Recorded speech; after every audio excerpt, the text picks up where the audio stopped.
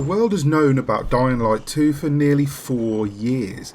Its predecessor was a fun open-world action RPG that relied on fluent parkour and combat to survive the night and save the world. While the story was generic and predictable, it had responsive controls and plenty to do. One thing I felt throughout the entire playthrough of Dying Light 2 was that it doesn't feel like a next-gen title.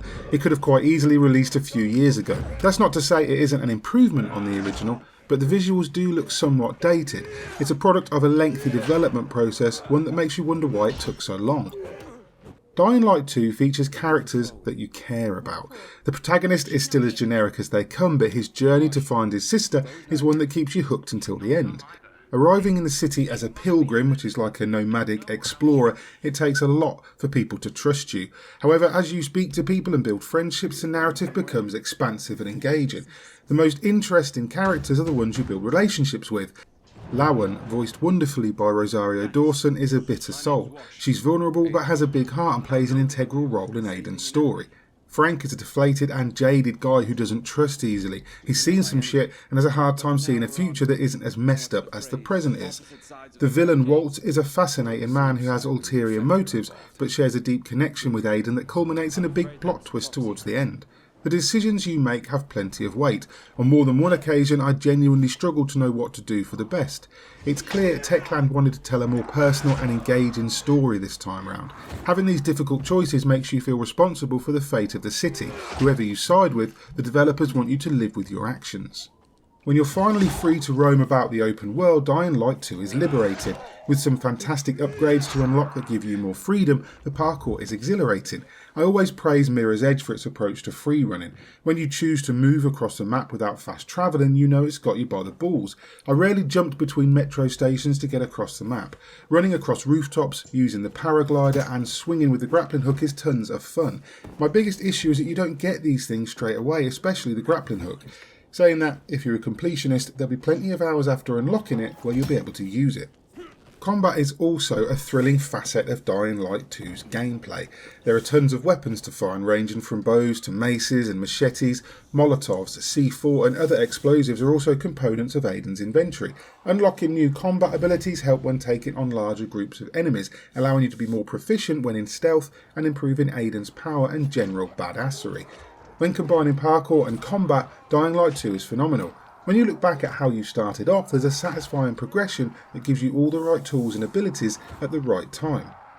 Outside of the main story, there are plenty of side quests and objectives to get stuck into. City alignment sees you taking control of specific facilities and giving ownership to the survivors or the peacekeepers, or as the cool kids in the city call them, the PKs. By handing the reins over to survivors, additional air vents, trampoline platforms and other parkour aids open up. The PKs build more traps to take care of zombies easier. You can also unlock safe zones such as bandit camps that shield you from deadly zombies at night, and side quests that offer XP for completing tasks for individuals across the city. When night falls, the city becomes much more dangerous. Along with doing your best to avoid the streets for fear of being chased by hordes of infected, there are tons of missions and tasks where you'll be heavily rewarded. Forsaken stores offer valuable crafting parts, and dark hollows are where rare valuable items are stored. Going in at night means fewer zombies are running around, but you'll need to be quiet or all hell breaks loose. GRE anomalies are also on the loose at night. These revenants are powerful infected, but killing them gains access to inhibitors, the one tool you use to permanently improve your health and stamina.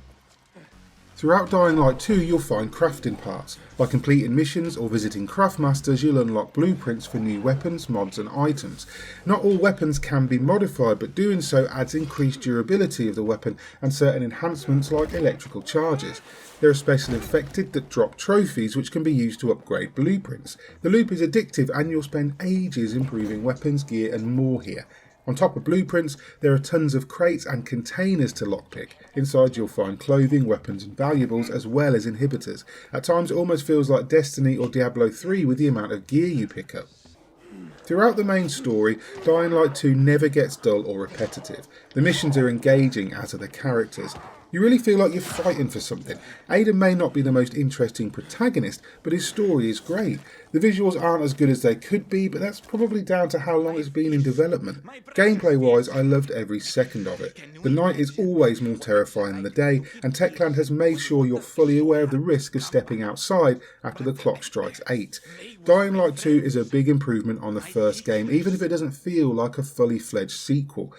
Saying that, it does offer tens of hours of content, potentially hundreds for those willing to do everything, and when it's this much fun to play, you're certainly getting your value for money, and for that reason I'm going to score Dying Light 2 an 8 out of 10.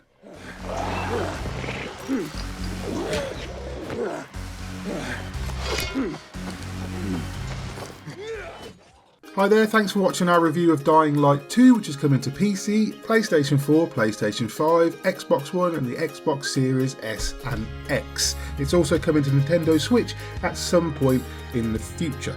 If you like the review, please hit like and subscribe, maybe tag that bell icon too, so you're kept up to date with all the reviews, previews, news, views and what have you that we post going forward. And if you want to support us via our Patreon, you can go ahead and do that. We appreciate everything that you guys do for us. In the meantime, that was Chris White's review of Dying Light 2 from Techland, and you guys have been lovely. Bye.